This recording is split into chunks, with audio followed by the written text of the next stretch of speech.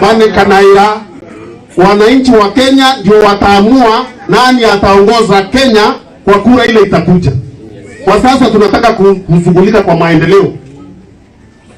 Kwa hivyo tusiambiwe kuna yule aliyeahidiwa na nani.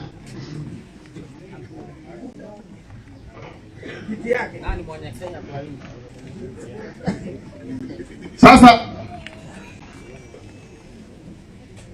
tunaitazama katiba, tuone serikali ambayo inaweza kuwa hapo juu, angalau kuwe na viti 5.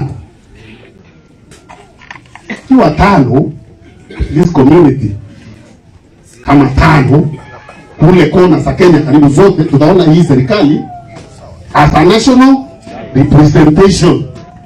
Kama iko na prime minister, iko na deputy prime minister wawili, iko na president, iko na deputy president, iko na speaker Senate, speaker wa National Assembly, tunaweza kutawanya Kenya yote isikie tuko katika serikali.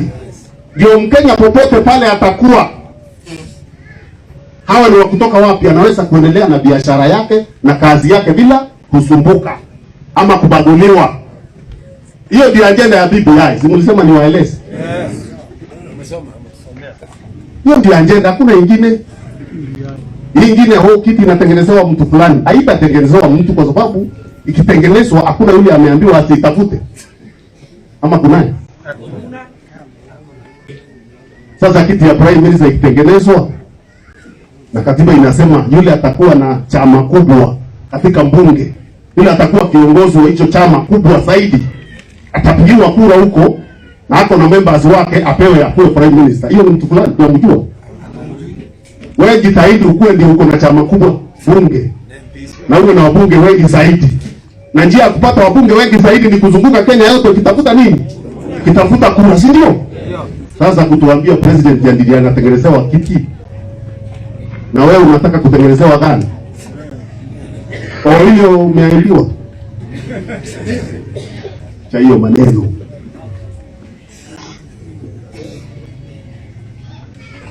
Jambo lingine mimi nataka tu kumalizia Kenya East wapi? Hapa ndio tunaona kelele mingi sana. Naambiwa president si mzuri.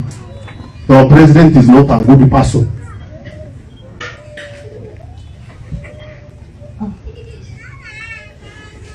Wempigia kura tu juzi alafu unatuambia si mzuri.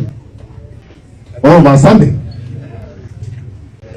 Wempigia kura ile ya kwanza na hata ingine 2 years before, now you are telling us he's not a good man.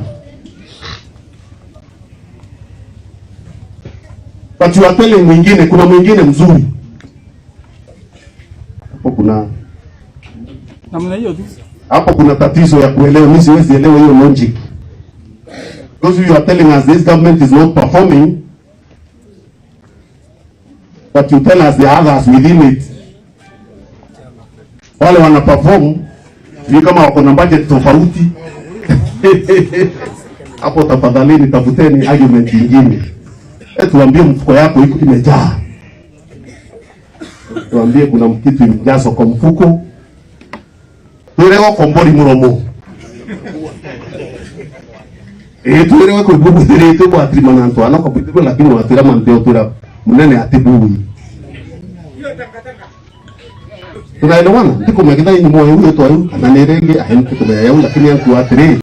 President yetu Kenya yetu mwembi heshima. Oya tu kwa babangi. Utotoa tutoe heshima.